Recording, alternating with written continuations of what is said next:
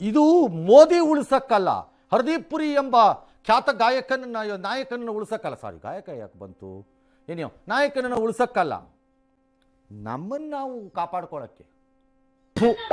ಈ ಬಡತವಿಂದ ದೇಶ ಉದ್ಧಾರ ಆಯ್ತದ? ಎಸ್. ಇನ್ನು ಇಸ್ರೇಲ್, ಅಮೆರಿಕ ಹಾಗೂ ಇರಾನ್ ನಡುವಿನ ಸಂಘರ್ಷದ ಸಂದಿಗ್ಧತೆಗೆ ಹೊತ್ತಲೇ ಭಾರತಕ್ಕೆ ಅತಿದೊಡ್ಡ ರಾಜತಾಂತ್ರಿಕ ಗೆಲುವು ಸಿಕ್ಕಿದೆ. ಸೌದಿ ಅರೇಬಿಯಾದಿಂದ ಕಚ್ಚಾ ತೈಲ ಹೊತ್ತ ಲೈಬೀರಿಯನ್ ಧ್ವಜದ ಹಡಗು ಹರ್ಮುಜ್ ಜಲಸಂಧಿಯಿಂದ ಸುರಕ್ಷಿತವಾಗಿ ಮುಂಬೈಗೆ ಬಂದು ತಲುಪಿದೆ. ಯುದ್ಧ ಪ್ರಾರಂಭವಾದ ಬಳಿಕ ಹರ್ಮುಜ್ ಜಲಸಂಧಿಯಿಂದ ಭಾರತಕ್ಕೆ ಆಗಮಿಸಿದ ಮೊದಲ ತೈಲ ಟ್ಯಾಂಕರ್ ಇದಾಗಿದೆ. ಇದನ್ನ ಬೆಳಗ್ಗೆಯಿಂದ ನಾನು ನೋಡ್ತಾ ಇದ್ದೀನಿ.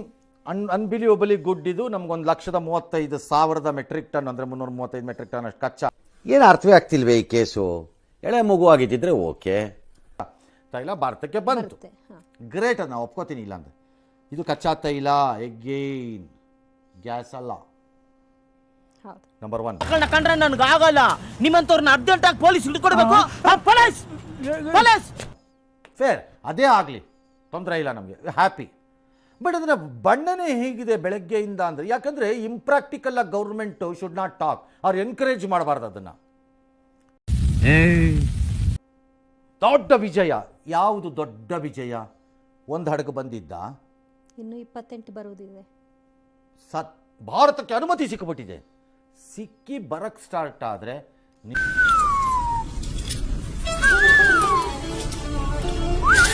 ನಿಜವಾದ ರಾಜತಾಂತ್ರಿಕ ಜಯ.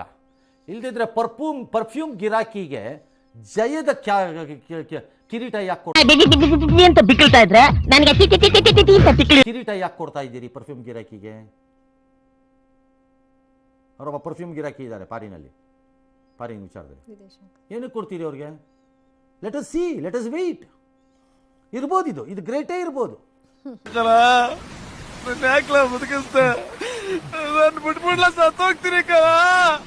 ಉಳಿದಿದ್ ಹೇಳಪ್ಪ, ಅದೇನ್ ಪರ್ಮಿಷನ್ ತಗೊಂಡಿದ್ಯಾ ನೋಡ್ತೀವಿ. ಇರು, ಪರ್ಮಿಷನ್ ಚೈನಾಗ ಹೋಗ್ತಿರೋಂಗೆ ನಮಗ್ ಬರುತ್ತಾ ನೋಡೋಣ. ಇರಪ್ಪ, ನೀನ್ ದೊಡ್ಡ ಮನುಷ್ಯನ ಅಲ್ವಾ ಅಂತ ಹೇಳಕ್ ಮೊದಲು ನಾವು ಅದನ್ನ ಮಾಡಿ.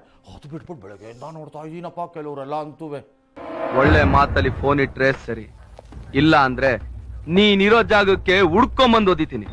ಏನಾಗ್ಯೋ ಹೋಯ್ತು, ಪ್ರಾಬ್ಲಮ್ ಸಾಲ್ವ್ಡ್ ಅನ್ನೋ ಟೈಪ್ ಬಿಡ್ತಾ ಇದ್ದಾರೆ. ರೈಲುಗಳನ್ನ ಮಾರ್ಕೊಂಡ್ಬಿಟ್ಟಿದೀವಿ ಅನ್ಸತ್ತೆ ಒಂದೊಂದ್ಸರಿ, ನಮ್ಮನ್ನ ನಾವುಗಳೇ. ಅರ್ಥ ಆಯ್ತು ಅನ್ಸುತ್ತೆ ಕೆಲವು ವಿಚಾರಗಳಲ್ಲಿ ಸರ್ಕಾರಕ್ಕೆ ಸಂಬಂಧಿಸಿದಂತೆ.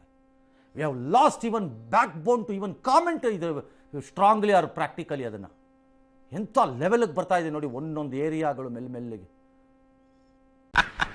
ಮಸ್ತ್ ರೇ ಮಸ್ತ್, ಫ್ಯಾಂಟಾಸ್ಟಿಕ್.